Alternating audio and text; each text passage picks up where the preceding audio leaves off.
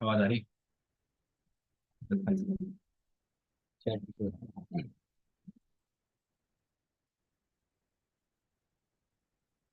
हाँ जी, आवाज आ रही है। आवाज आ रही?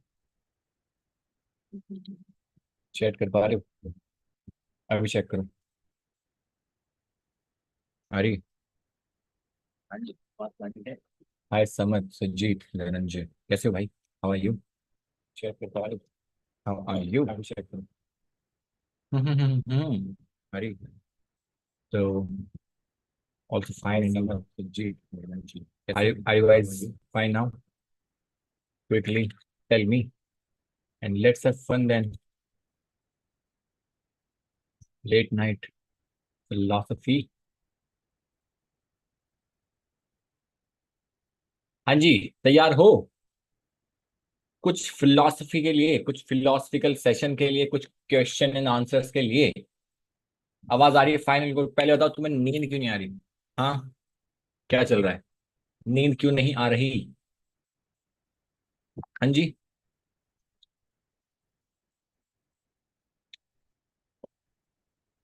Stressed about job already. Study session last कितने बजे सोते हो? कितने बजे सोते हो आप लोग?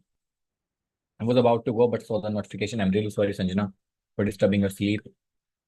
आई don't know why I am doing this, I just feel like doing it. तो here I am about one cool sweet spot. All right.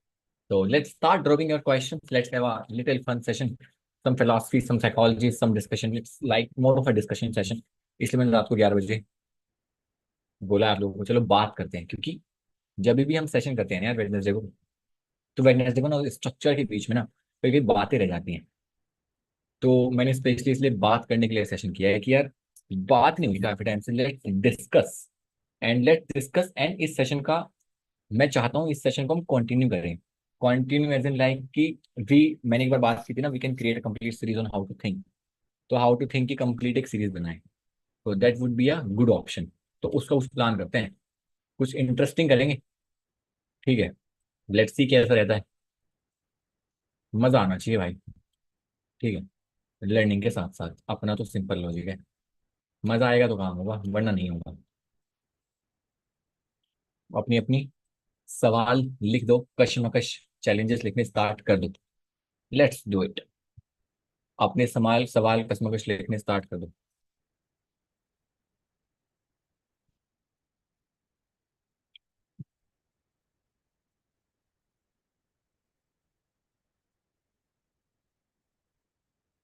कर दो। डोंट वेट द टास्क के क्वेश्चंस। कोई कंपल्सन नहीं है। 16 लोग आ गए, 17 लोग बात करने के लिए बहुत है।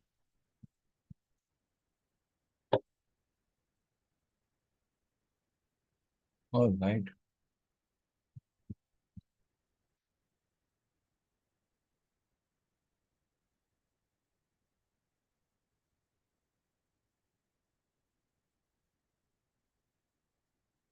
Upgraded your skills, now I have lost the job, I need to find another. Bro ढूंढो, फिर जॉब ढूंढो, नौकरी.com पे जाओ। यहाँ जॉब कैसे मिलेगी? ढूंढो, पूछो सवाल।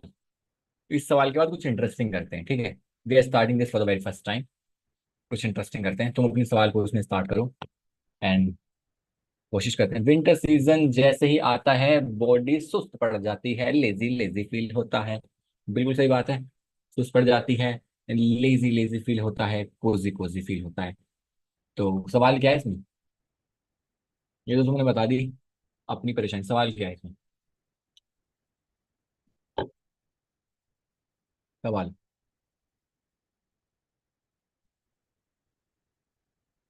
पूछो।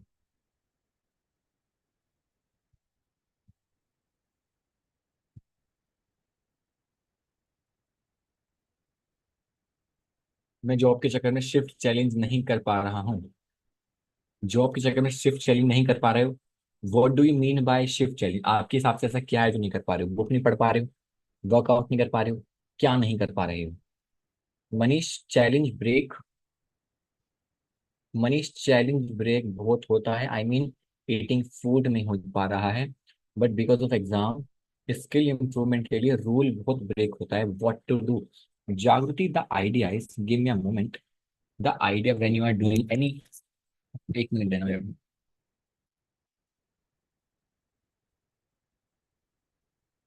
जो शिफ्ट की स्पेलिंग गलत लिखेगा उसका तो कोई जवाब नहीं मिलेगा।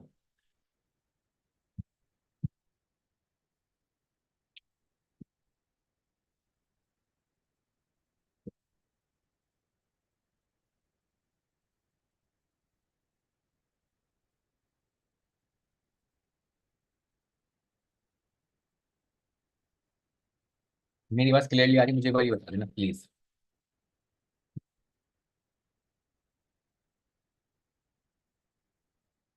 मेरी आवाज आप लोगों को बिल्कुल क्लियरली आ रही है अभी? बढ़िया। तो सर वर्कआउट नहीं हो रहा मेनली, एंड सोशल मीडिया थोड़ा थोड़ा स्लोली कम हो रहा है। देखो, सोशल मीडिया जितनी भी चीजें हैं ना, कभी भी, द आइडिया इज, कभी भी किसी भी चीज को चैलेंज बोला ही क्यों जाता है? सबसे पहले ये समझो। हम इसको प्रोग्राम बोल सकते हैं, कोर्स बोल सकते हैं, कुछ भी बोल सकते हैं, but understand this psychologically. Challenge क्या होता है? चैलेंज होता ही वो है जो तुम्हारी औकात के बाहर हो। ठीक है, I am participating in a challenge, this will be a challenging situation. मतलब जिसके अंदर जो रिक्वायरमेंट है हमारी करंट एबिलिटी वैसी नहीं है, इसी वजह से तो उसे चैलेंज बोला जा रहा है, कोई प्रोग्राम या कोई कोर्स नहीं बोला जा रहा। तो ये स्लोली स्लोली कम होना तो ठीक है, होगा, बट चैलेंज का मतलब है you need to force yourself for a limited time. कि भैया अगर 100 दिन का चैलेंज है या 21 दिन का डोपामिन डिटॉक्स है, तो ये चैलेंज है। मतलब तुम्हारी जो फिजिकल मेंटल इमोशनल कैपेबिलिटीज है, तुम्हें उनके परे जाके इसको अप्लाई करना पड़ेगा। That is the thing you need to understand. Challenge का मतलब ही क्या है?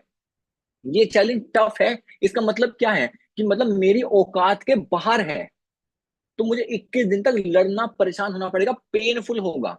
जो धीरे धीरे धीरे धीरे भैया भैया धीरे धीरे कम हो रहा है, ये तो कंफर्ट है ना। कल थोड़ा कम किया, आज थोड़ा कम किया, आज थोड़ा कम किया, आज थोड़ा कम किया, आज थोड़ा कम किया। What do you mean by challenge? Challenge है ही वो जो मेरी औकात के बाहर हो। तो मैं उसको पेनफुल, पेन हो रहा है जब भी कर रहा हूँ, दिक्कत हो रही है जब भी कर रहा हूँ, क्योंकि मैं चैलेंज का पार्ट हूँ। अब मैं तुमसे बोलूं कि तुम्हें एग्जाम है तुम्हारा, और तुम्हारा परसों एग्जाम है, तो तुम ये कोई ना बोलोगे भैया मेरी ना जो आदत है ना, वो एक हफ्ते में एक चैप्टर पढ़ने की है, मेरे एग्जाम में 10 चैप्टर पढ़ने वाले हैं, तो मैं परसों का एग्जाम नहीं दे पाऊंगा। अरे नहीं, that is a challenging situation कि तुम्हें 2 दिन में 10 चैप्टर कवर करने हैं। So you need to figure out a way to like win that particular challenge. उस चैलेंज में तुम अच्छा परफॉर्म कर पाओ। तो वो 2 दिन का ही ब्रैकेट है, तुम्हारी औकात के बाहर है। तुम्हारी जो पर्सनैलिटी है वो ये कहती है कि भैया मेरे को तो एक चैप्टर पढ़ने में 7 दिन लगते हैं। चैलेंज क्या कह रहा है? 2 दिन में 10 चैप्टर पढ़ने। जब भी तो वो चैलेंजिंग है क्योंकि औकात के बाहर है।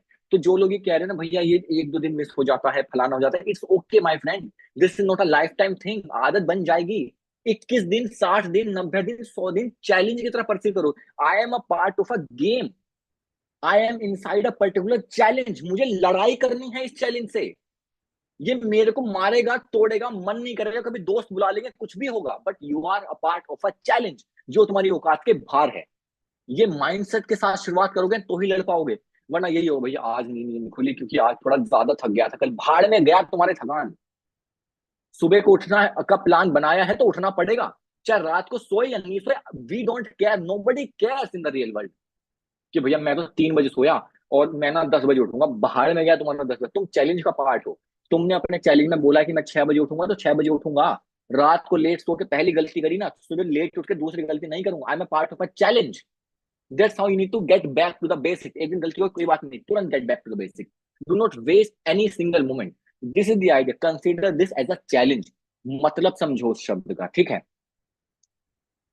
भैया इंस्टाग्राम मार्केटिंग स्किल में प्रॉब्लम हो रही है, कंटेंट क्रिएशन में कैसे इंप्लीमेंट करें? यूट्यूब पर जाओ, स्किल लर्निंग के लिए सेशन है, हाउ टू थिंक के ऊपर सेशन है। आप अगर इंस्टाग्राम मार्केटिंग में जाओगे तो सबसे पहले यूट्यूब पे जाके चेक करो कि भैया इंप्लीमेंटेशन में क्या क्या कर सकते हैं। अपना नया अकाउंट बनाओ, नए अकाउंट पे कंटेंट डालना स्टार्ट करो। एनालिटिक्स समझो कि एनालिसिस कैसे करते हैं, उसके बाद नया कंटेंट कैसे डालते हैं, वो पहले प्रोग्राम में समझो। यूट्यूब पे बहुत सारे वीडियो कोर्सेज हैं कई कई घंटे की। This time the 100 days challenge got broken, so I am starting from day one again today, Santoshi. रोज ब्रेक ऑन होगा, रोज डे वन से स्टार्ट करो, रोज टूटेगा, रोज डे वन से स्टार्ट करो। That's now how it will work. हमें लगता है हमारे समय पर हमारा तो पूरा कंट्रोल है, 30 दिन के बाद ब्रेक हो गया तो आज से स्टार्ट करो, बट नहीं। अगर एक दिन से स्टार्ट करा है तो करो। हाँ, ऐसा हो सकता है भैया, मैं ना, बस मैं क्या बताऊं, मुझे डे वन से करना है क्योंकि बहुत चीजें खराब हो गई, that's a different story. But do not make it a part of your personality कि भैया मेरा आज खराब हो गया, मैं फिर से डे वन से स्टार्ट करूंगी, ऐसा रोज होगा। ये हमारे परफेक्शन की एक्सपेक्टेशन करवा रही है, ये प्रोग्रेस नहीं करवा रही, परफेक्शन की एक्सपेक्टेशन। आज भी मेरे भी दिन खराब जाते हैं, मेरे भी हफ्ते खराब जाते हैं, it happen, we all are humans. We need to understand how we can make the day productive. मैं तो अब 11 बज रहे, मैं जाके सो सकता था, मुझे क्या जरूरत थी तुम्हारे सामने आने की। ना मैं कुछ बेचने आया हूँ, ना मैं कुछ खरीदने आया हूँ, ना यहाँ पे 1000 लोग आए हैं। क्यों? Because I want to feel like कि आज मेरे दिन में मुझे तुम्हारे साथ कुछ वैल्यू शेयर करनी है जो शायद रह गई थी। क्योंकि ये कॉमनली मैं अपनी मानता हूँ। मैं, यही मेरे लिए सब, मेरी लाइफ का सबसे इंपॉर्टेंट हिस्सा है, एक कम्युनिटी, उस कम्युनिटी के वो खास लोग जो मेरे साथ कई महीने से हैं। तो इसको आदत मत बनाओ कि दिन खराब हो गया, डे वन से स्टार्ट करेंगे, उससे करेंगे, नहीं नहीं नहीं। गेट बैक टू, अगर कल डे वन से करना है इट्स ओके, कर लो, but you are a part of an intense challenge. 100वां दिन जब आएगा ना, माय गॉड मेरा तो 30वां ही दिन चल रहा है, इंटेंस चैलेंज का पार्ट बनो, ताकि 100वें दिन के बाद तुम ये बोल पाओ कि बीच के 10 दिन मेरे खराब गए थे, 2 हफ्ते मेरे खराब गए थे, ये भी तो लिखना पड़ेगा ना। 100 दिन का चैलेंज तुमने अपनी मर्जी से कैसे बेकार कर दिया? I mean 15-20 days is completely all right. 100वें दिन पे जाओ, लिखो इसको कि मैंने 100 दिन का चैलेंज लिया, मेरे 20 दिन खराब गए, it's okay. Start, continue, go not get back to the base. तुम्हें, हम परफेक्शन की उम्मीद में हैं, 100 के 100 दिन अच्छे जाएंगे तो ही काउंट करेंगे, नहीं। अपने फेलियर को भी तो काउंट करो ना, अपनी नाकामियों भी को भी तो काउंट करो ना, जब तो चीजें अपने हिसाब से होंगी। ठीक है? Where today is my second day, how to start and how can I join the activities and the clubs? चंदन मित्तल, सबसे पहले आपका जो पर्सनल डेवलपमेंट का कोर्स है उसको देखो, उसको देखोगे सारी चीजें समझ आ जाएंगी। कम्युनिटी में जो लोग हैं उनसे इंटरेक्ट करो। क्लब ज्वाइन करने के लिए अमन, हमारे जो टीममेट है, उनसे इंटरेक्ट करो। He will tell you. Please do not make it a support portal भाई, प्लीज। सपोर्ट पोर्टल मत बनाओ यार, सपोर्ट पोर्टल दे रखा है, प्लीज यूज इट एफिशिएंटली। हाँ हाँ हाँ हाँ हाँ हाँ जी, पूछो। 2 लोग और आ गए, क्या बात है। नींद नहीं आ रही लोगों को? तो इस सेशन का अगर हमने रखा है how to think, so let me tell you how to think भाई। Let me teach you something, let me take you towards something. So what we can do, give me a moment.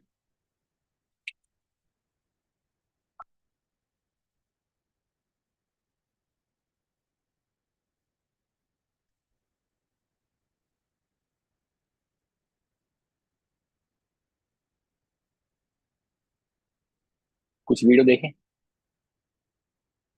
कुछ video देखें, crazy. सोचना सीखते हैं ना, how to consume better. तो यार,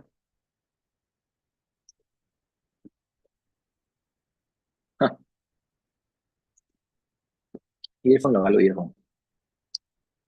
shift challenge को जॉब एग्जाम प्रिपरेशन में कैसे यूटिलाइज करें, क्योंकि I procrastinate a lot. Shift programme आपकी प्रोक्रास्टिनेशन खत्म करने के लिए ही है। ईमानदारी से 100 दिन का गेम खेलो।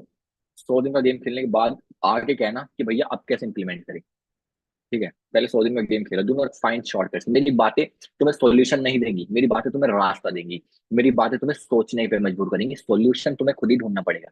मैंने सारे रास्ते बना के दिए हैं तुम्हारे लिए, उन रास्तों में चलना तुम्हें खुद है, मैं चल नहीं सकता तुम्हारी जगह। मैंने लिखा भी है बुक में कई जगह पर ये।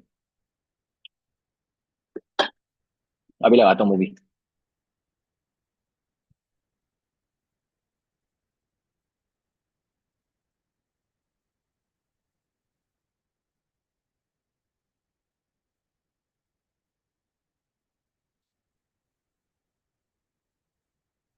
ओके।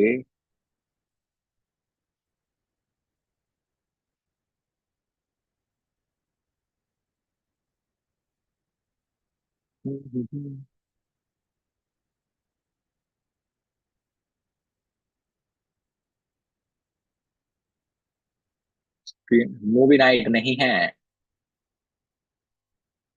कुछ दिखाता हूँ तुम्हें, मजा आएगा।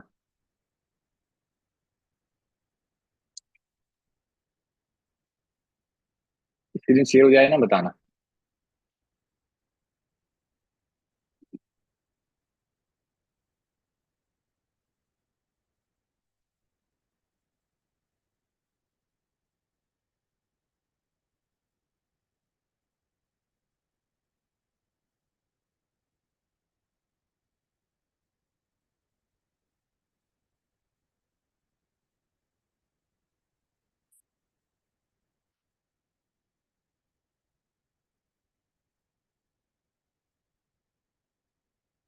मेरी स्क्रीन शेयर हुई? मेरी स्क्रीन शेयर हुई?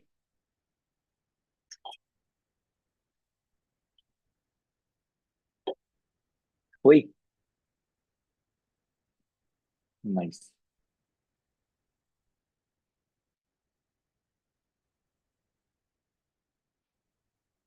आवाज आ रही है? पहले ये बताओ।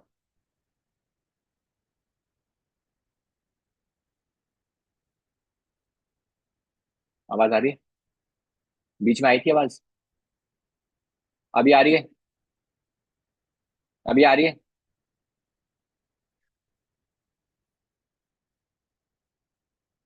No.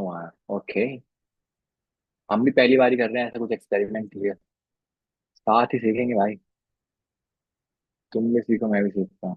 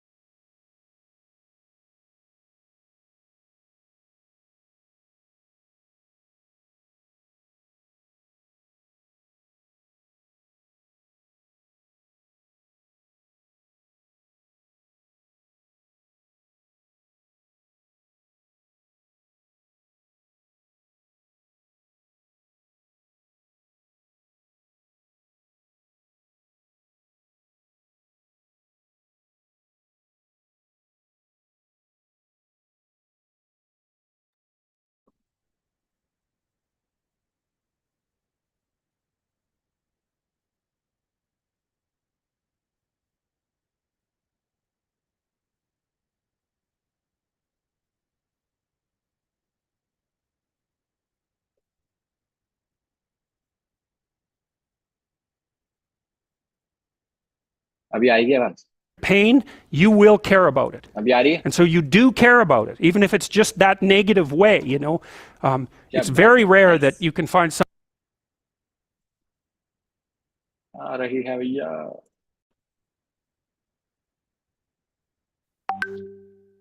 someone who's in excruciating pain who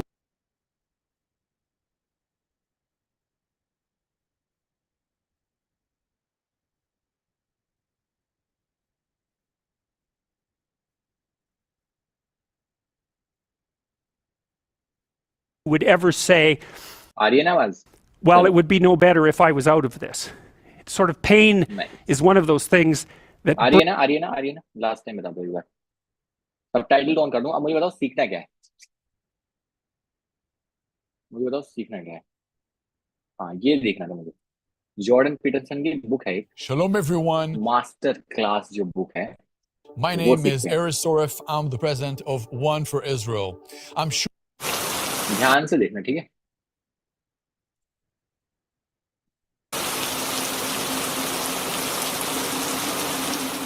rule 1 is stand up straight with your shoulders back.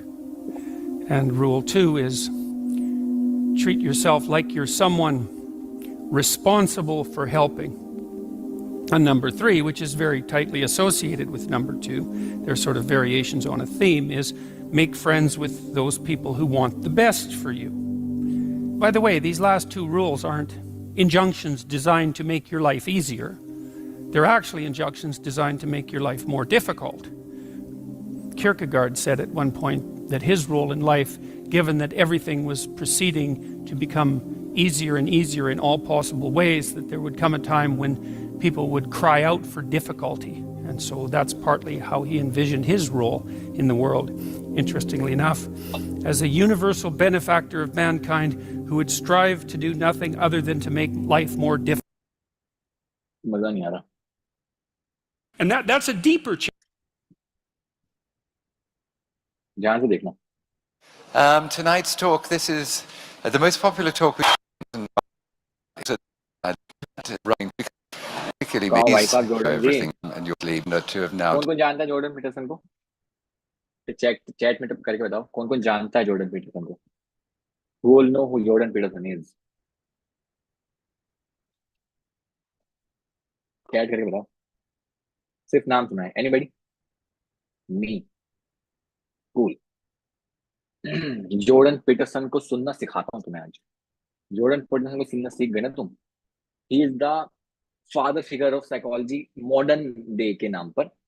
तो मेरे भाई, इनकी एक बुक दी है 12 rules for life. He is a clinical psychologist, a great personality, a great communicator, he is a very well articulate. इनकी मैंने बहुत सारी जो मेरी साइकोलॉजी की नॉलेज है इनसे सीखी है। जिसने मेरे साइकोलॉजी का सेशन अटेंड किया है, मैंने इनकी एक क्लिप भी डाली है जहाँ लॉबस्टर को समझाता हूँ, सेरोटोनिन को समझाता हूँ। तो he is that guy. Done.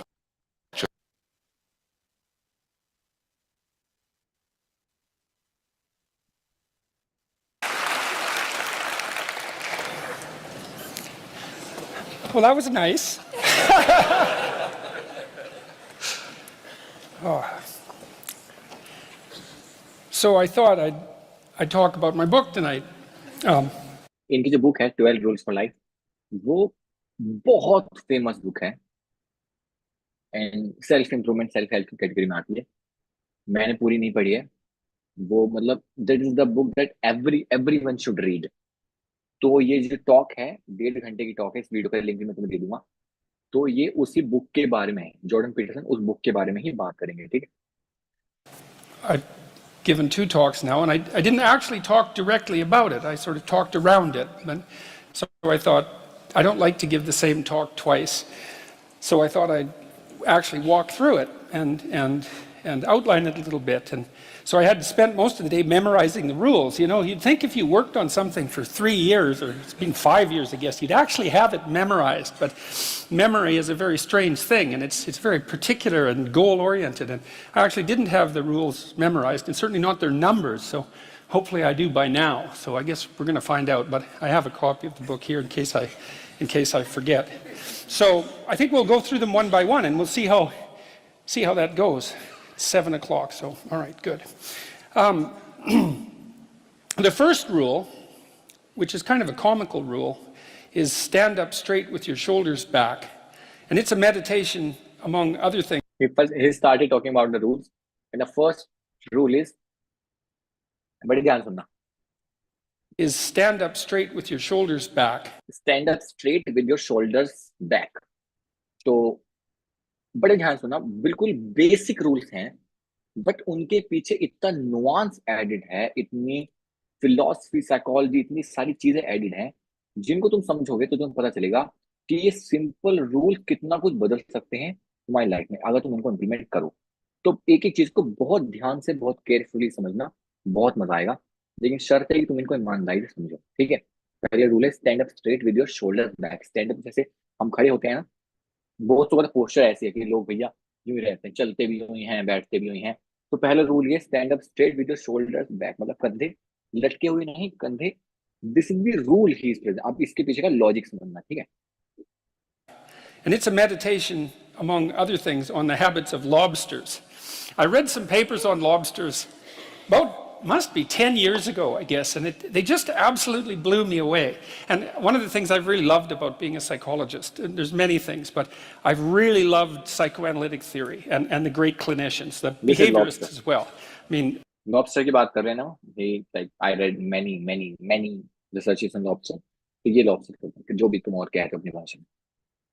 Freud, Jung, Adler, Carl Rogers, Abraham Maslow, the behaviorists like Skinner and the cognitive behaviorists. I mean, I've learned a tremendous amount from reading the clinicians. And so if any of you are interested in psychology, I would really recommend reading the great clinicians, because they know, you learn so much about life. It's crazy by reading them. So that's been fun. But then on the entirely other end of the spectrum, where I've learned most about psychology, is from the really low, what would you call them, the really science-oriented animal behaviorists. That's where they turned into the neuroscientists, right? They were the animal behaviorists first of all, and then they turned into the neuroscientists. And I've learned a tremendous amount from them. They're such clear thinkers. The best of the bunch, I think, there's 2 of them. One named Jeffrey Gray, who wrote a book called The Neuropsychology of Anxiety, which is just a deadly book. It's impossible to read. It takes like 6 months to read it, because I think he read like 1,800 papers to write it or something like that. And he actually read them. That's the cool thing. And he understood them, which is really something. And then there's another guy named Jaak Panksepp who wrote a book called Affective Neuroscience, which outlines his studies, for example, of rats. He was the guy who learned that rats laugh if you... देखो यहाँ पे तुम हो ना, सबसे पहली बात I am very happy कि तुम इतने शॉर्ट नोटिस पे यहाँ पर हो. I am very grateful. तो मेरा काम यहाँ पर ना तुम्हें इंग्लिश को हिंदी में कन्वर्ट करना नहीं है. मेरा काम है जो वो आइडिया शेयर कर रहे हैं उसे सिंपलिस्टिक मैनर में तुम्हें बताना, जो मैं करता हूं. मेरा जॉब यही है. और प्लस उसके बाद तुम्हें सिखाना कि तुम कैसे खुद सोच सकते हो, तुम्हें कैसे चीजें समझनी है, how you can consume infinite content on internet and make yourself better. Right. तो इस पर्सपेक्टिव से हम जाएंगे. यहाँ पर हमारा काम ये है एक बेहतर पर्सनैलिटी बनना, बेहतर चीजें समझना एंड सीखना कि सोचते कैसे हैं. ये ही हम करने वाले हैं. ठीक है.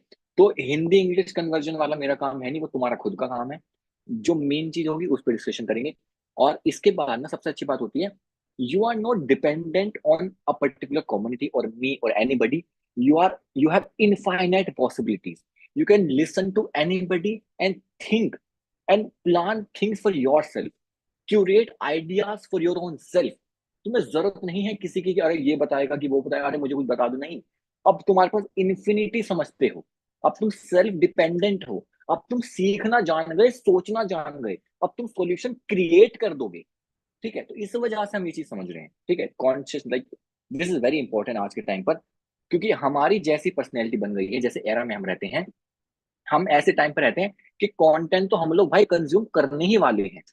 चाहे कोई भी इंसान हो, इंटरनेट पे कंटेंट कंज्यूम करेगा ही करेगा. हम पहला रूल है कि अगर हम सही कंटेंट कंज्यूम कर लेना तो आधी लाइफ तो वैसे ही बदल सकती है. तो अपना एनवायरनमेंट चेंज करने का मैंने रूल बताया था ना, चेंज योर डिजिटल एनवायरनमेंट. तो अगर तुमने अपना कंटेंट कंज्यूम करना है तो भैया सही कर लो. एंड सही करने के बाद उसे इंटरप्रेट कैसे करना है, समझना कैसे है, सोचना कैसे है, ये पता चल गया तो मजा आ जाएगा. तो मेरे से ये मत एक्सपेक्ट करना कि मैं इंग्लिश को हिंदी कन्वर्ट करके बताऊंगा. वो खुद समझो, ध्यान दो. वो ध्यान सुना, मैंने सबटाइटल ऑन करे हुए हैं. बाकी जब आइडिया पे डिस्कस होगा then will elaborate. Tickle them with the end of a pencil eraser, but they laugh ultrasonically like bats. So you have to slow down the ultrasonic vocalization before you can hear them giggle. And you'd think, why the hell would you spend your time tickling rats with a pencil and making them laugh? But see, what he demonstrated there was that there was a play circuit in mammals. That there's a psychobiological basis for rough and tumble play, for example. It's a bloody big deal, you know, discovering a whole new circuit in the brain. That's like discovering a continent. It's Nobel Prize winning stuff. And Panksepp's Affective Neuroscience, I would highly recommend that. So there's this other book I know about too, which is 12 Rules for Life, which you could also look into if you want. Anyways, I was reading these articles on lobsters, and I came across this finding that lobsters govern their postural flexion with serotonin. And I thought, God, that's so interesting. It's so flexion is to stand up straight. Eh? I thought, wow, that's so interesting because, you know, depressed people crouch over. I wonder if there's any link between those two things. And then I went and read a whole pile of papers on lobster and lobster neurochemistry. Lobster neurochemistry is actually quite well understood because they have a fairly simple nervous system, right? And so if you want to understand a complex nervous system, it's a good idea to understand a simple one first and then sort of elaborate upwards. And it turns out that serotonin governs status. It governs status, emotion. He is starting to explain the serotonin phenomena with lobsters. हमने पढ़ा है ना dopamine, serotonin. यहाँ तक आया तो mostly लोगों ने पढ़ा होगा. तो मैंने बोला कि इन्होंने स्टार्ट करा जब पढ़ना अपना लॉबस्टर्स पर, तो उन्होंने कहा कि जो नर्वस सिस्टम है इस काइंड ऑफ सिमिलर, क्योंकि इवोल्यूशनरी तो हम सब सेम हैं. तो अगर ह्यूमन का जो कॉम्प्लेक्स बिहेवियर समझना चाहते हो तो पहले सिंपल से स्टार्ट करो. तो वो लॉबस्टर के एग्जांपल जो मैं देता हूँ ना, वो यहाँ से आएगा कि कैसे सेरोटोनिन गवर्न करता है स्टेटस, कैसे सेरोटोनिन गवर्न करेगा कॉन्फिडेंस. तो listen to this very carefully. Regulation and posture in lobsters, just like it does in human beings. And so that just blew me away. And so one thing that chapter 1 is about is the fact that if a lobster is defeated in a dominance battle, you can give it essentially antidepressants and it will fight again. ये बताया था ना कि अगर lobster किसी fight में हार जाता है तो उसके बाद एक डोमिनेंस बैटल में, और उसके बाद जब उसकी बॉडी श्रिंक हो चुकी है, कुछ भी हो चुका है, अगर उसे एंटी डिप्रेसेंट उस टाइम पे दी जाए जो ह्यूमंस को दी जाती है जब वो डिप्रेशन में होती है, तो उसके बाद he is ready to fight again. उसकी बॉडी फिर से एक्सपेंड होगी, वो फिर से फाइट करने को तैयार है। इसके पीछे सेरोटोनिन कैसे इन्वॉल्व है उसके बाद सुनना चाहूंगा। And that just blew me away. You know, it's so remarkable, because one of the things it tells you is that, so if you're imagine that you could be lobster top dog or bottom dog. Imagine there's 10 strata in the lobster hierarchy. So you could be number 1, right, top lobster, number 10, bottom lobster. If you're bottom lobster, you have low serotonin levels and high octopamine levels. That's a neurochemical that human beings don't produce. And if you're a top lobster, you have high serotonin levels and low octopamine levels. And you can move a lobster in its dominance hierarchy by moderating its levels of serotonin. And I thought that's so interesting, because what it means is that the counter that keeps track of our status, and we have a counter in a sense in our minds that keeps track of our status, is 1/3 of a billion years old. And what that also means is that the idea of the hierarchy, let's call it a dominance hierarchy, because within lobsters it's kind of like a physical prowess hierarchy, something like that. The idea of the hierarchy is at least 350 million years old. And so I read that and I think, well, so much for the idea that human hierarchies are a sociocultural construct. It's like, no, that's wrong. It's not just a little bit wrong, it's... अगर ज्यादा किसी के दिमाग पे जोर पड़ रहा है ना, तो थोड़ा जोर पड़ने देना। तुम ये समझना कि ये वही कॉग्निटिव लोड है जो शायद तुम्हारा दिमाग कुछ एडिशनल चीज सोचनी उसको पड़ रही है, कॉम्प्रिहेंड करनी पड़ रही है, इस वजह से वो कॉग्निटिव लोड आ रहा है। It mean you're gathering some new information, you're comprehending some new information which are beyond your current capabilities. ठीक है, तो listen to this very carefully. जितना कॉम्प्लीमेंट कर पाते हो ठीक है, जितना नहीं कर पाते completely all. Unbelievably wrong. It's mind-bogglingly wrong, right? And it's right, and so hierarchies have been around for 1/3 of a billion years, and we have a neurochemical system that modulates our understanding of those hierarchies. And then also, and this is the interesting thing too, and this is why people's reputations are so important to them, there's lots of reasons, but this is one of them, is that where this counter that you share with lobsters rates you in terms of your hierarchical position determines the ratio of negative emotion to positive emotion that you feel.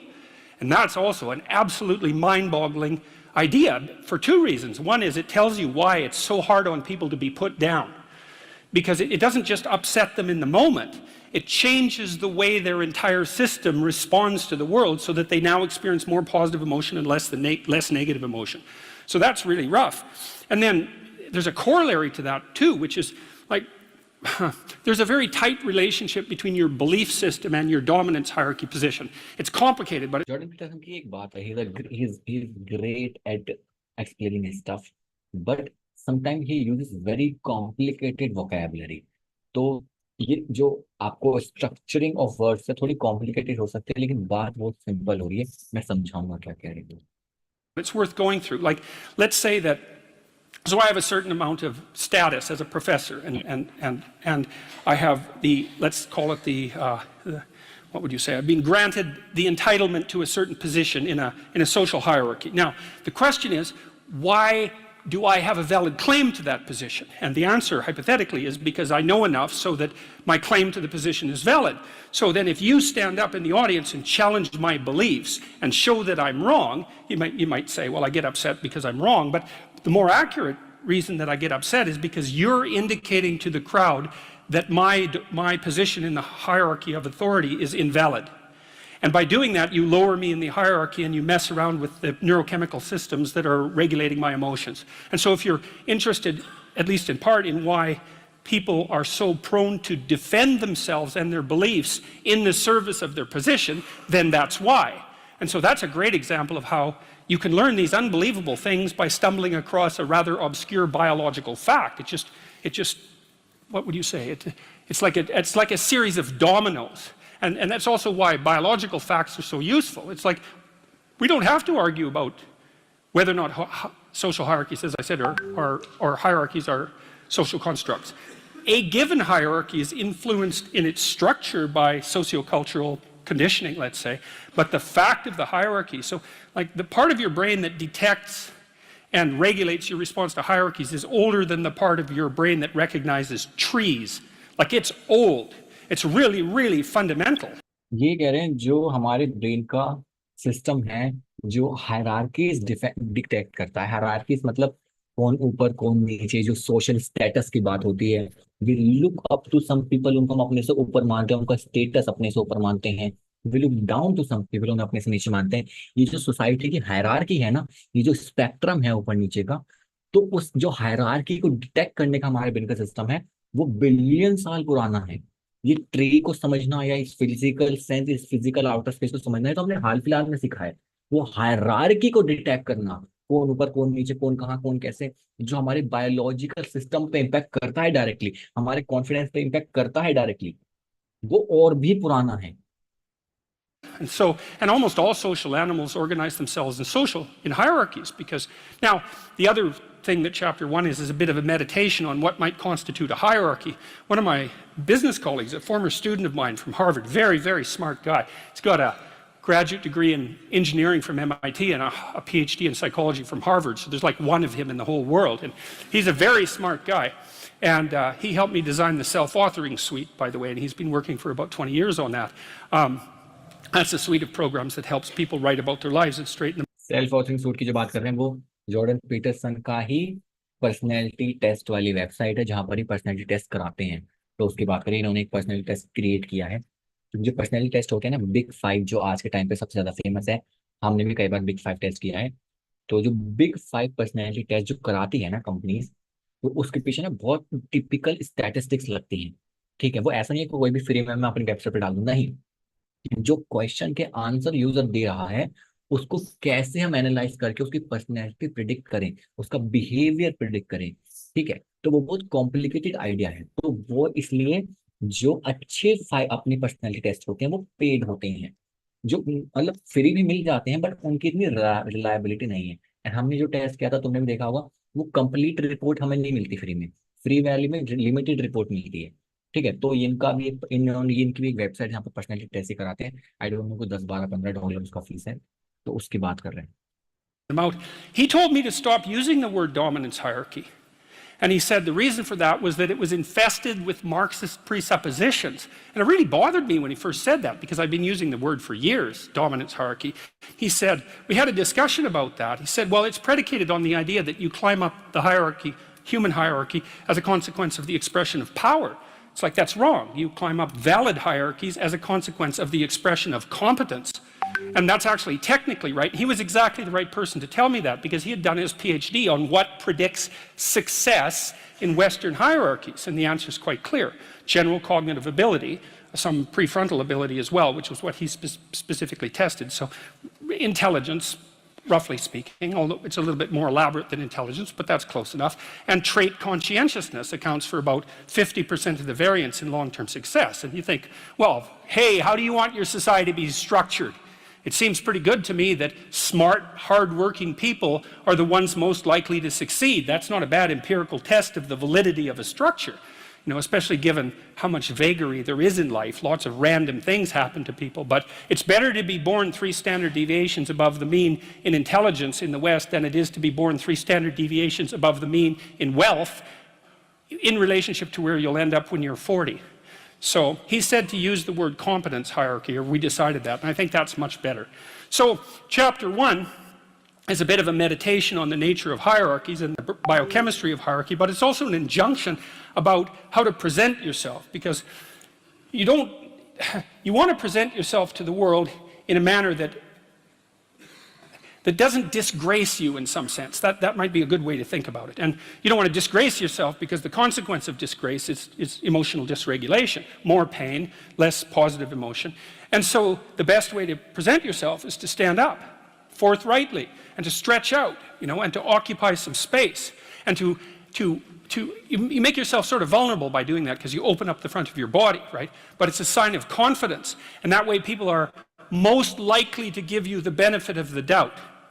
And that's a good way to start regulating your mood. But not only does it directly regulate your mood to stand up, because it's so tightly associated, like postural flexion is associated with serotonin and emotional regulation, but also because if you straighten up and you present yourself in that manner, then other people are more likely to take you seriously.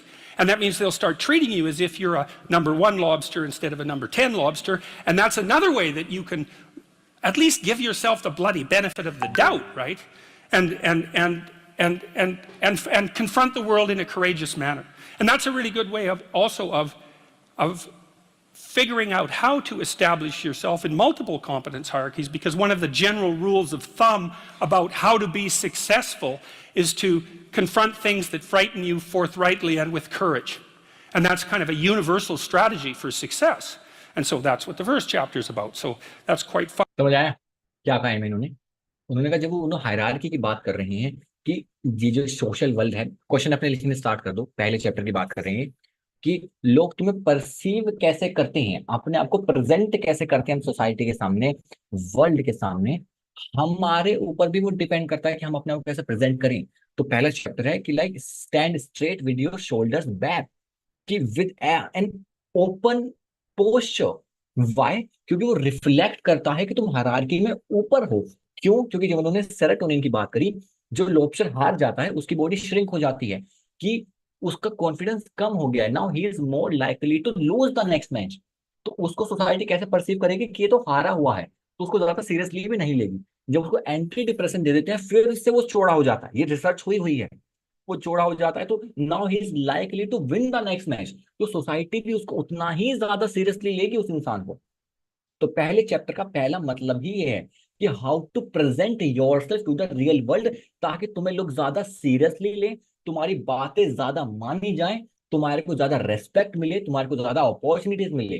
तो the best way to present yourself to the real world, ताकि तुम्हें लोग hierarchy में ऊपर perceive करें कि इस बंदे का स्टेटस ज्यादा है, ये कॉम्पिटेंस हायरार्की में ऊपर है, ही is more competent. So you have to present yourself to the real world with an open posture, because it reflects confidence. It means you are high on serotonin. Your body is opened up. You are most likely to win the next match. You are most likely to take higher risk. You are able to lead a tribe. It reflects through your posture. वो posture से reflect होता है तुम्हारे। तो chapter बल यही है कि तुम दुनिया का परसेप्शन कंट्रोल करना चाहते हो अपने बारे में, start with your presentation to the world. Stand straight with shoulders back, with an open posture, occupy some space and reflect, emit, present like that confidence, ताकि जो भी तुम इंटरेक्ट करो जिस भी सोशल एनवायरनमेंट में, तुम कॉम्पिटेंस हायरार्की में ऊपर परसीव किए जाओ, जब ही तुम सीरियस ले जाओगे। समझ आई थोड़ी बहुत बात क्या नहीं? This is the rule 1 of 12 rules of life by Jordan Peterson. Chat करके बताओ।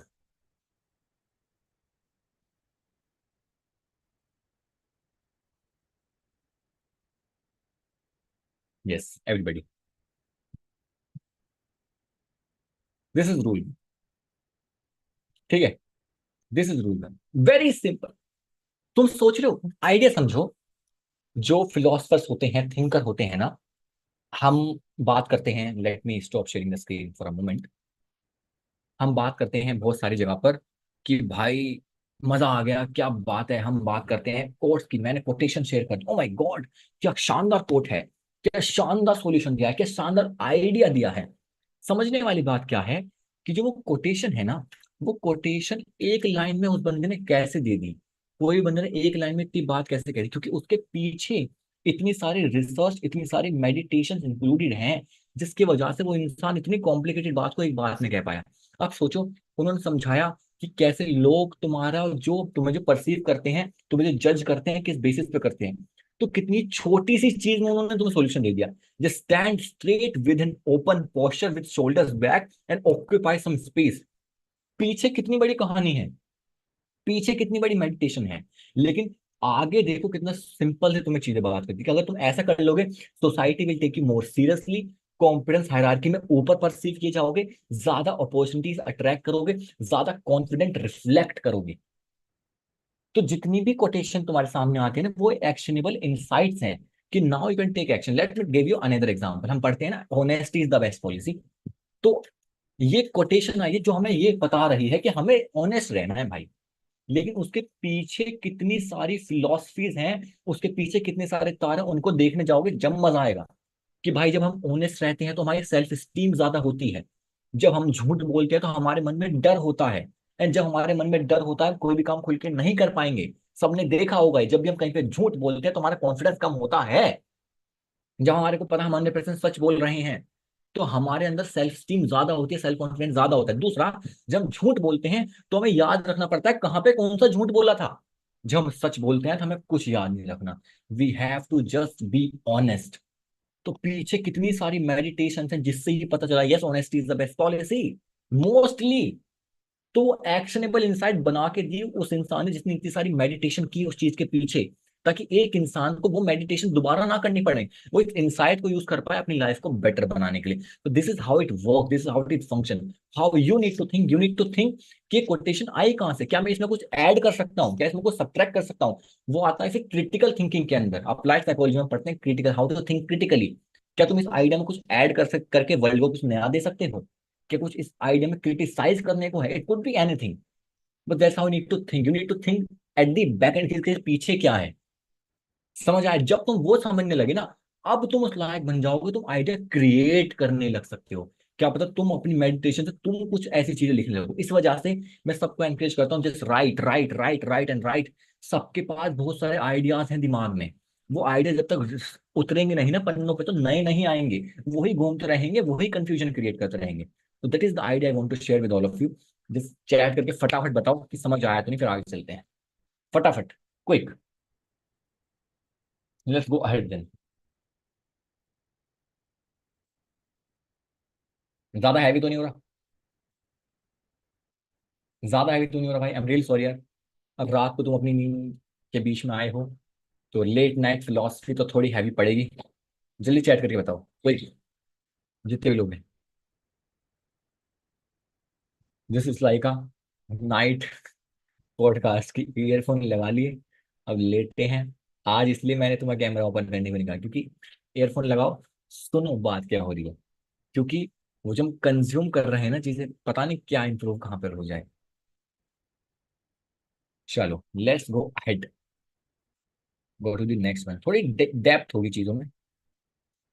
Fun. My graduate students, I told them these lobster stories. My graduate students, when we used to go out for breakfast, and they were a very competitive bunch, very fractious and witty, and they were always trying to get one over on each other, and making some witty put down or something like that. And it got to the point in the restaurants where they'd put their claws in the air and click like this when they, got one over on one of their colleagues, which was very peculiar and strange and very funny as well. So that's rule number one. Rule number two is treat yourself like you're someone that you care about. And that's a deeper chapter, I would say. Like, chapter one is kind of comical, but it's also got this serious scientific end, for example, and it's practical, like most of the rules are. Chapter two is a bit of a meditation on why. See, I read this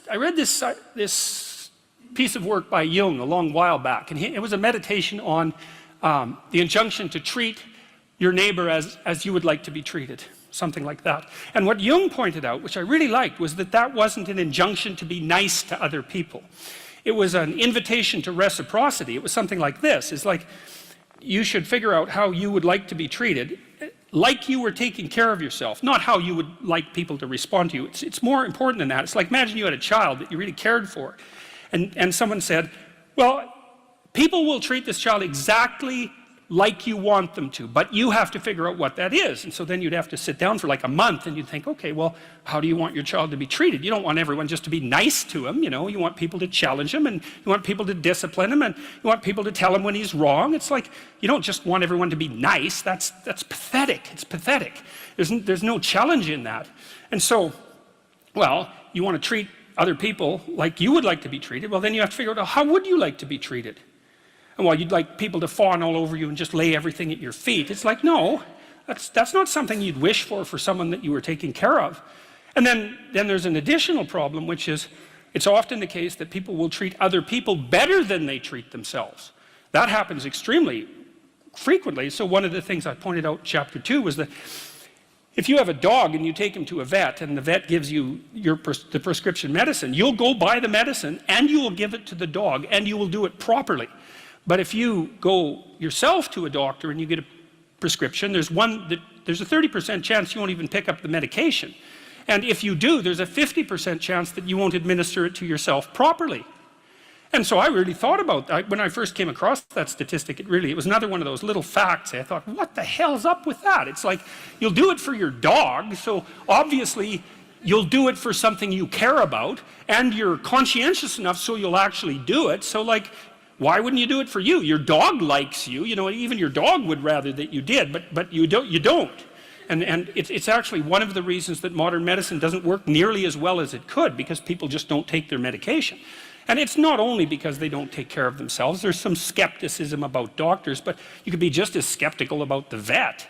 So it's a deep meditation, I would say, and it's what I've done with these rules is they're very simple rules, and they're kind of comical and tongue-in-cheek in some ways, but what I've tried to do is like pull them apart and show what's underneath them and to go down as deep as I possibly can. And in rule 2, it's a bit of a meditation on why people don't like themselves very much.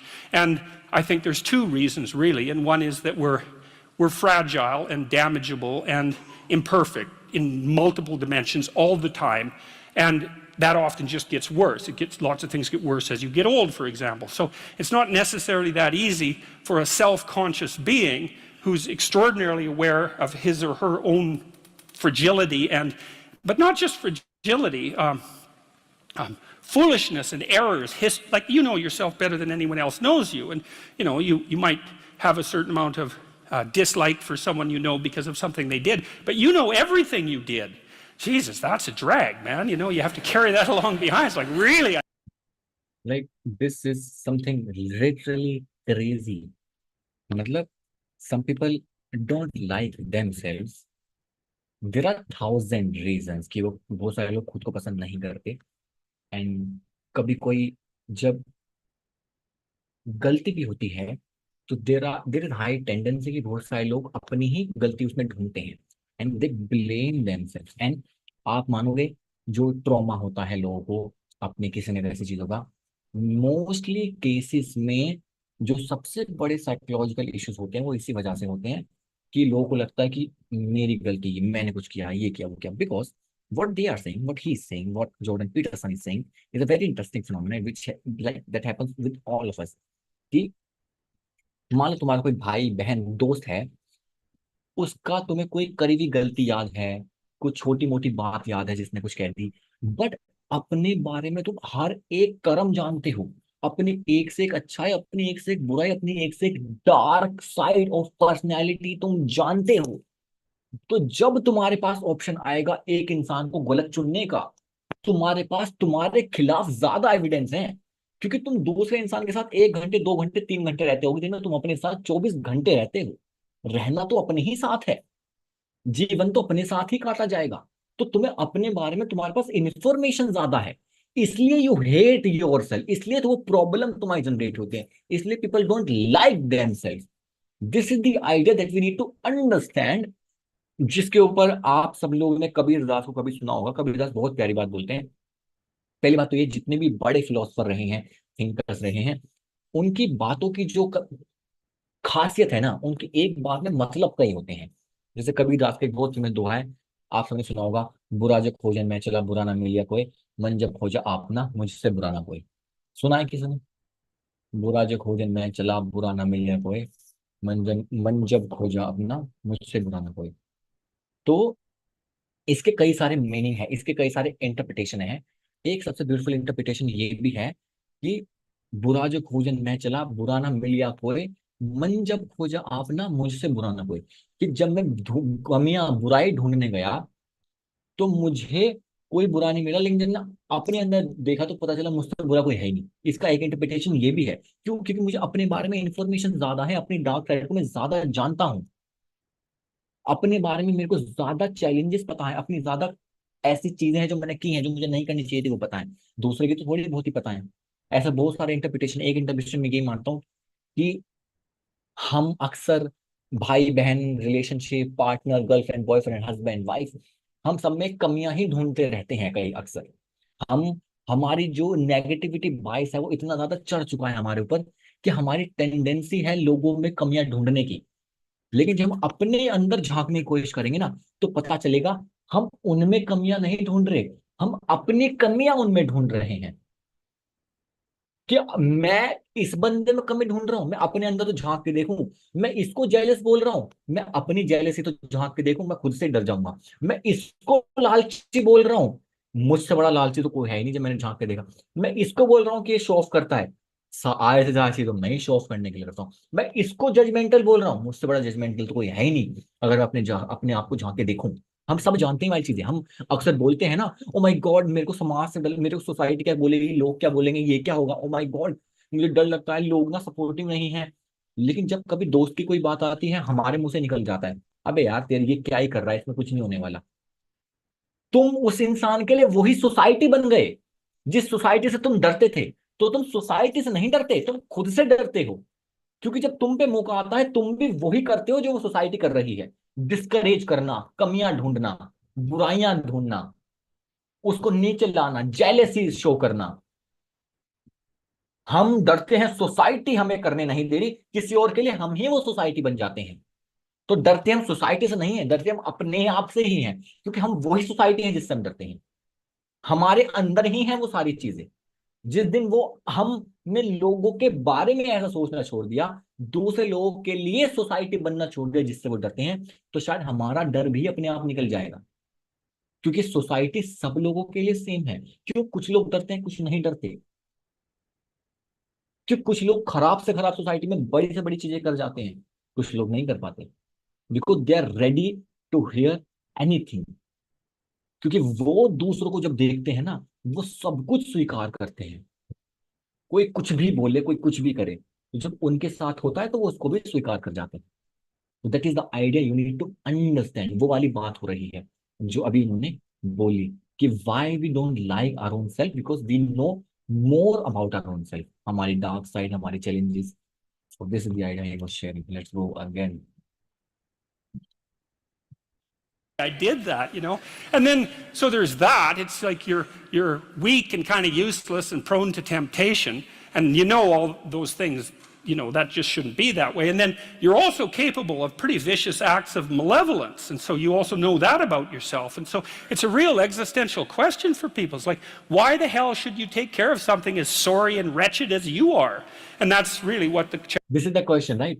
तो दूसरा rule यही है, अपने आप को treat करने के बारे में। Treat yourself like someone who must be, should be treated. मतलब ये कह रहे हैं कि जब हम अपने बारे में इतनी सारी कमियां, इतनी सारी चीजें, इतनी सारी डार्क साइड जानते हैं, तो हमारा मन ही हमसे सवाल करने लगता है कि ऐसे इंसान की मैं कैसे केयर करूं। इस चीज, ये साइकोलॉजिकल फिनोमेना है, तो हमें शायद इस चीज के बारे में कॉन्शियस अवेयरनेस हो भी ना कि मैं इसकी केयर करूं। ये पर्सन वो इतनी केयर डिजर्व करता भी है। So in that direction we are meditating right now. chapter is about. It's because the answer in the chapter is, yeah, you know, you're, first of all, yes, you're pretty useless and terrible, but so is everyone else, and that's actually an existential problem, right?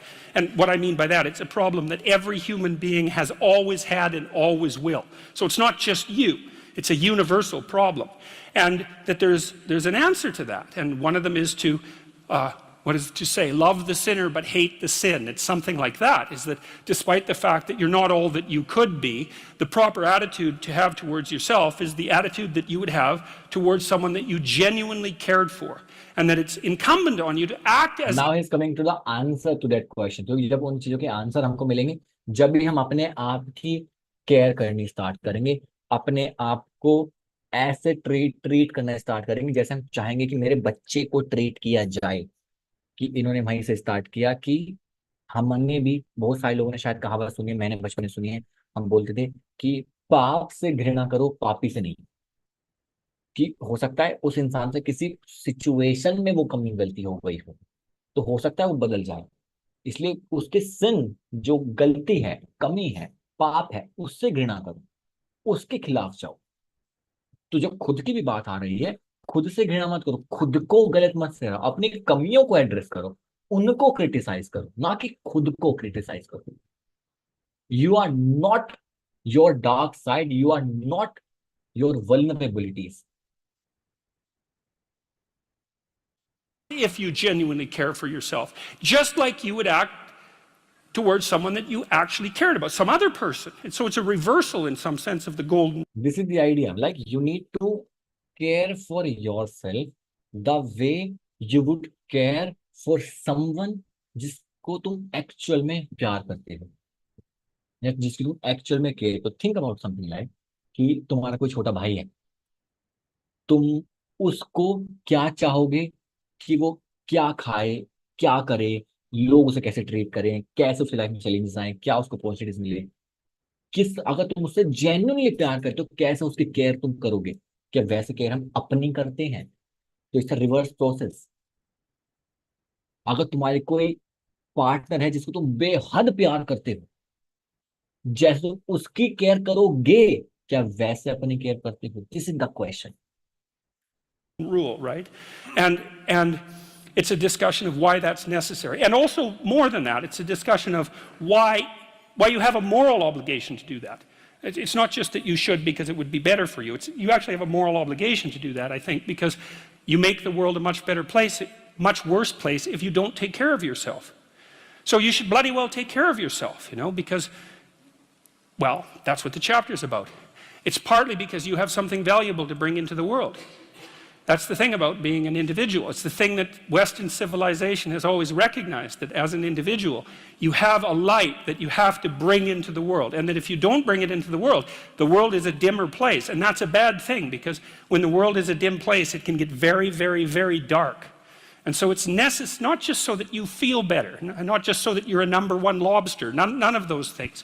You need to take care of yourself because you're in the best position to do that. And it's necessary for you to take care of yourself. Despite the fact that we're mortal and vulnerable and self-conscious and capable, not only capable of doing terrible things, but actually do them. Despite all that, you still have that responsibility.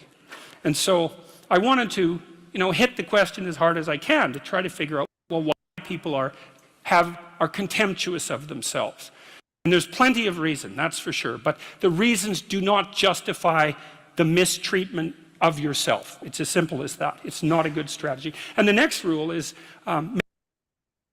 Yes. So that is the reason, my friend, we talk about personal development, growth, self-care. Because इस पूरी दुनिया में एक लौते तुम ही इंसान हो जो जिम्मेदार हो खुद की हैप्पीनेस और खुद की सैडनेस के लिए। जितनी केयर तुम अपनी करोगे, इससे ज्यादा तुम्हारी केयर कोई नहीं करेगा दुनिया में। तुम्हारे लिए तुम्हारे से ज्यादा फर्क किसी को नहीं पड़ता।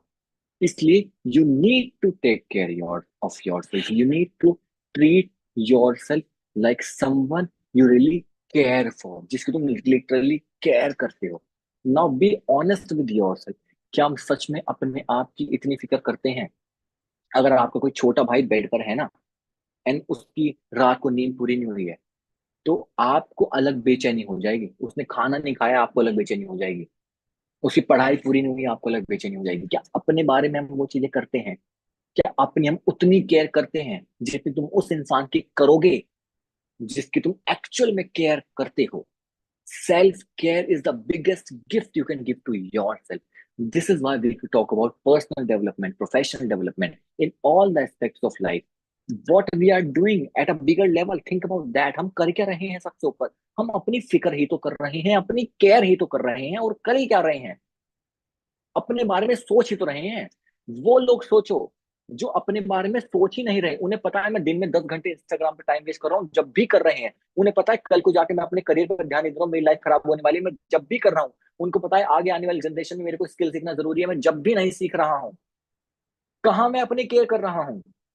उन्हें पता है मेरे को अपने पेरेंट्स को एक अच्छी लाइफ देनी है ताकि हम एक अच्छी हैप्पी लाइफ जी पाए, मैं जब भी नहीं कर रहा हूँ। आपने सब देखो, जैसे जैसे आप अपनी लाइफ में आगे बढ़ते हो, आपकी एज बढ़ती है, अगर आप अपने उसके साथ इवॉल्व नहीं हुए ना, तुम्हारे घर वालों का भी हमारे प्रति जो व्यवहार है वो बदलने लगता है, क्योंकि जब आप अपनी उम्र में आगे जाते हो, हमारे घर वालों की अपेक्षाएं होती हैं हमसे, एक्सपेक्टेशन होती है, अनकॉन्शियस है बट होती हैं, ऐसी चलती है हमारी सोसाइटी। बट हम वो एक्सपेक्टेशन फुलफिल नहीं कर पाते क्योंकि हमने अपना ख्याल ही नहीं रखा, हमने समय के हिसाब से इवॉल्व हुए ही नहीं। फिर हम कहते हैं ओ माय गॉड, मेरे घर वाले मुझसे प्यार नहीं करते, मेरी फिक्र नहीं करते, फलाना नहीं करते, ठिकाना नहीं करते। नहीं, दिस इज नॉट ट्रू।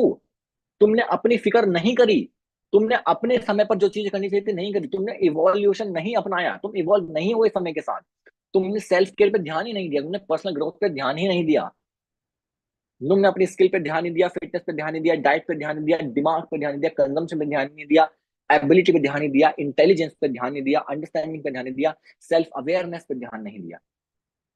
यही तो करते हैं कितने लोग, अपनी फिक्र करते हैं, कितने लोग चेक करते हैं कि मैं 6 घंटे इंस्टाग्राम चला रहा हूँ, मेरे को तो डर जाना चाहिए, बट क्या भाड़ में जाए, कल फिर चलाएंगे। मैं जंक फूड खा रहा हूँ, मेरी हेल्थ खराब होने वाली, भाड़ में जाए फिर खाएंगे। ये self care, we are treating our body like a dustbin, putting anything, कभी मोमोज, कभी ये फलाना ढिकाना, we are treating ourself like that dustbin. Would you really want someone you love, you care for, do that seriously? मैं तुमसे एक सवाल पूछूं, एक ऐसे इंसान के बारे में सोचो जिसको तुम अपनी लाइफ में सबसे ज्यादा प्यार करते हो, सबसे ज्यादा प्यार करते हो, सबसे ज्यादा फिक्र करते हो। क्या तुम चाहोगे कि वो हर दिन अपने 10 घंटे इंस्टाग्राम पे वेस्ट करे? क्या तुम चाहोगे कि वो हर दिन मोमोज खा के, मोमोज ये सब खाए? क्या तुम चाहोगे वो हर दिन अपना टाइम वेस्ट करे फोन एंड मैस्टरबेशन में? क्या तुम चाहोगे वो हर दिन डिप्रेस फील करे अपने स्कूल जाके, कॉलेज जाके? क्या तुम चाहोगे वो लाइफ टाइम अंडर कॉन्फिडेंट रहे? क्या तुम चाहोगे वो लाइफ टाइम स्ट्रगल करता रहे करे? क्या तुम में से कोई भी इंसान ऐसा चाहेगा? तो सबसे ज्यादा केयर तो हमें खुद की करनी चाहिए। हम खुद के लिए वो सारी चीजें क्यों करते हैं? This is the rule 2 of 12 rules of life. समझ आया what he is talking about? Yes, no, may be?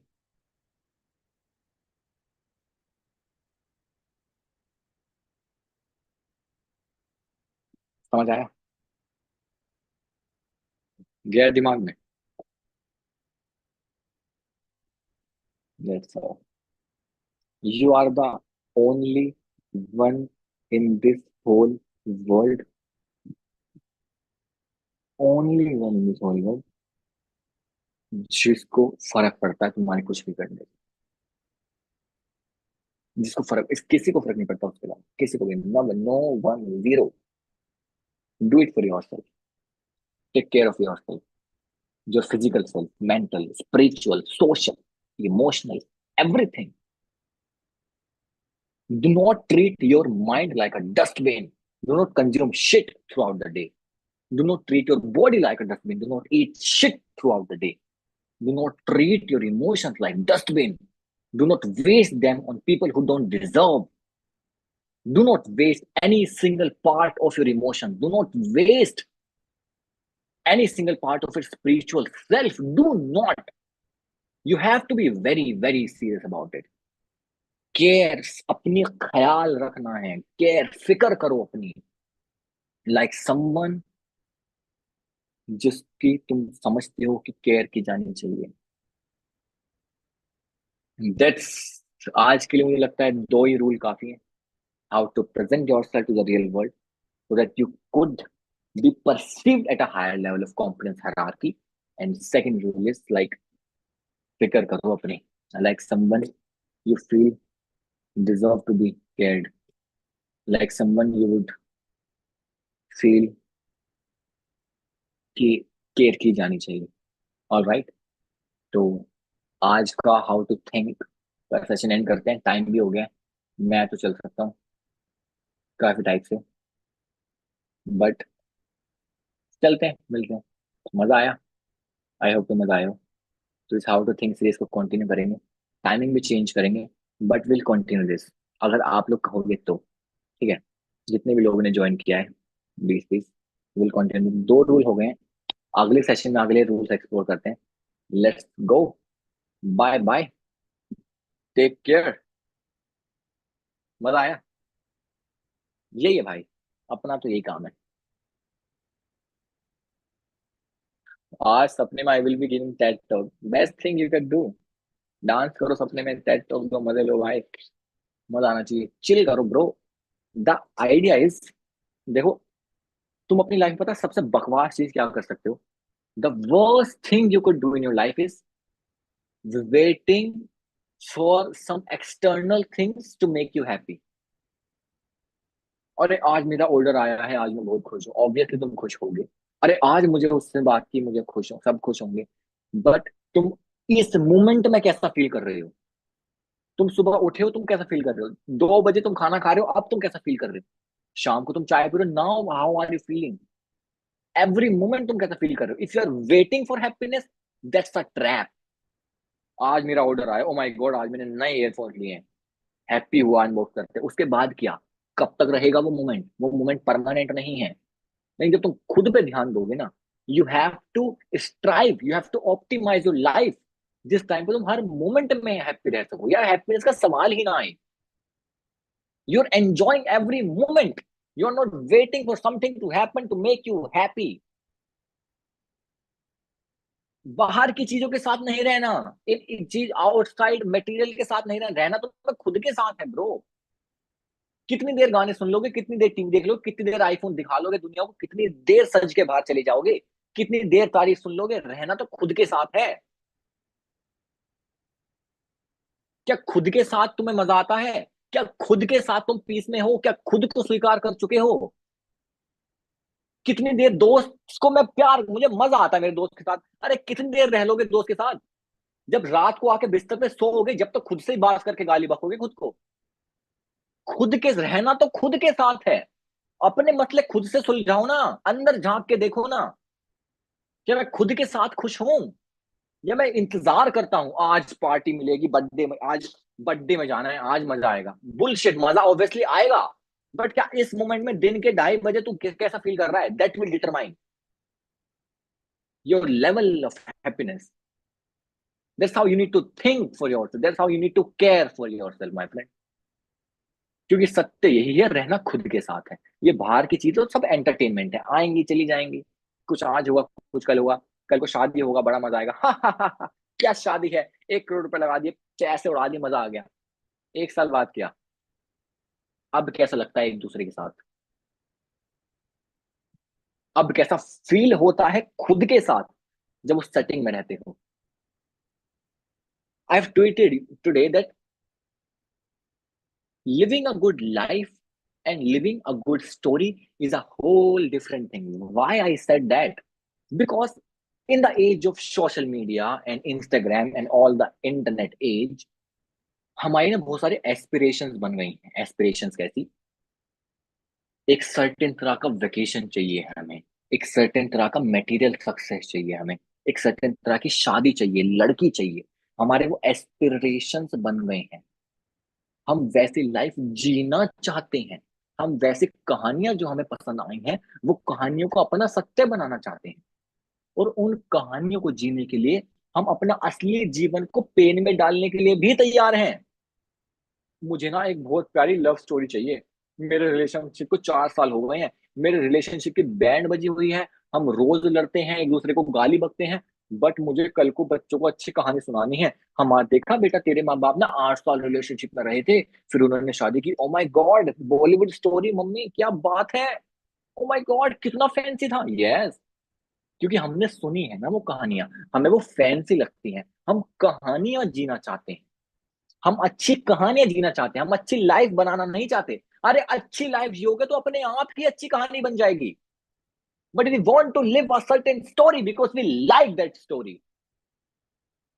Do not strive to live a story, create a story. Live a good life, अपने आप में एक अच्छी कहानी। Do not try to mimic, do not try to copy a certain story जो तुम्हें पसंद आई है। कहानी खुश नहीं रखेगी, तुम्हें खुद के साथ रहना है। कहानियां दूसरों के लिए बनाते हैं हम। ये जो है ना, ऐसा कर दूंगा वैसा कर दूंगा मजा आ जाएगा, दूसरों के साथ नहीं रहना, खुद के साथ रहना है। Do it for your self, care for your self.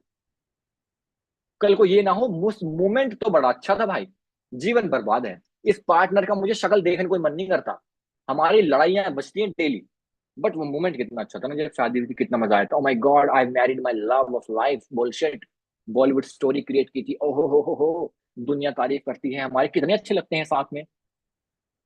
ये हर चीज के लिए ट्रू है, नॉट ओनली फॉर दिस। मैं तो एंटरप्रेन्योर कहलाया जाना चाहता हूँ। मैं असल में कुछ और करना चाहता हूँ, लेकिन ओ माय गॉड, मैं आजकल एंटरप्रेन्योर बहुत फेमस है तो मैं भी एंटरप्रेन्योर बनूंगा। हाँ, मेरा मन नहीं है एंटरप्रेन्योरशिप करने का, मेरा मन कुछ और चीजों में लगता है। लेकिन नहीं, same with job, same with any any any other thing.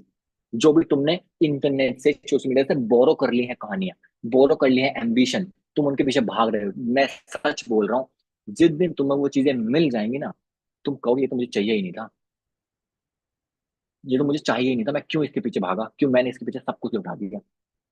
बहुत बुरा लगेगा। इसलिए बोलता हूँ, self discovery, understand your self and put 100% effort in that particular thing जो तुम्हें लगता है मुझे अपने लिए करना चाहिए। बड़ा डिफिकल्ट है आज के टाइम पे, क्योंकि हमने इतने सारे लेयर्स चढ़ा ली ना अपने ऊपर। कुछ लेयर्स इनसिक्योरिटीज ने चढ़ा दी, कुछ लेयर्स इंटरनेट ने चढ़ा दी, कुछ लेयर्स सराउंडिंग ने चढ़ा दी। वो लेयर हटाएंगे जब तो अपने आप को जान पाए। हटाने कौन देता है? बस this is the idea I want to share. You have to live with yourself, that's the only spiritual truth, that's the only truth. खुद के साथ रहना है तो optimize your life for that. कि जब एक कमरे में खुद के साथ अकेले बैठ पाओ ना, जब भी एकदम सुकून तुम फील करो कि that like I am actually enjoying this moment. कुछ लोग तो इतने वल्नरेबल हैं कि वो अकेले खुद के साथ बैठ ही नहीं सकते, उन्हें कोई ना कोई एक्सटर्नल स्टिमुलस चाहिए। क्योंकि जब वो अपने साथ अकेले बैठते हैं वो डिप्रेस फील करते हैं।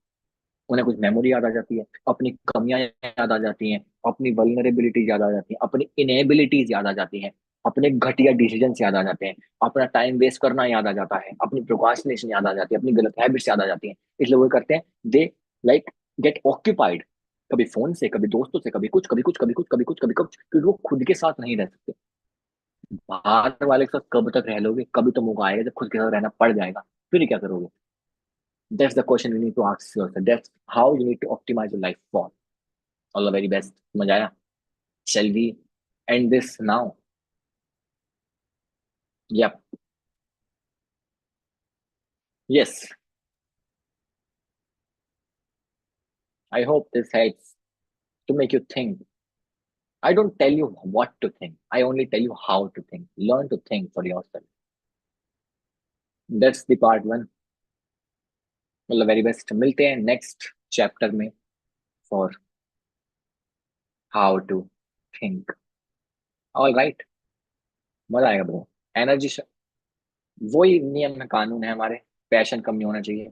कुछ दिन आएंगे जब नीचे जाएंगे, कोई बात नहीं, फिर उठ जाएंगे। कोई बात नहीं, खुद लड़ लेंगे, फिर लड़ लेंगे। कल का दिन अच्छा होगा, कोई बात नहीं, आज फिर लड़ेंगे। हार नहीं मानेंगे। 2 दिन खराब होगा, कोई बात नहीं, तीसरे दिन फिर लड़ूंगा, हार नहीं मानूंगा। That's the mindset we want. Passion कम नहीं होना चाहिए। ठीक है। All the very best. Bye bye, take care, see you next time with a surprise session and thank you so much for joining भाई, मजा आया। On a short notice, I love this community यार।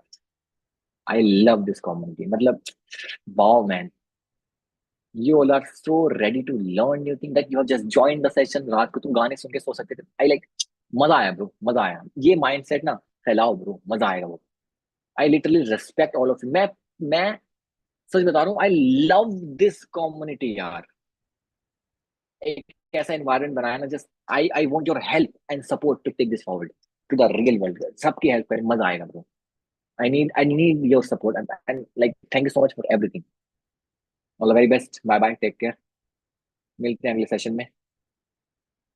Manish blunt.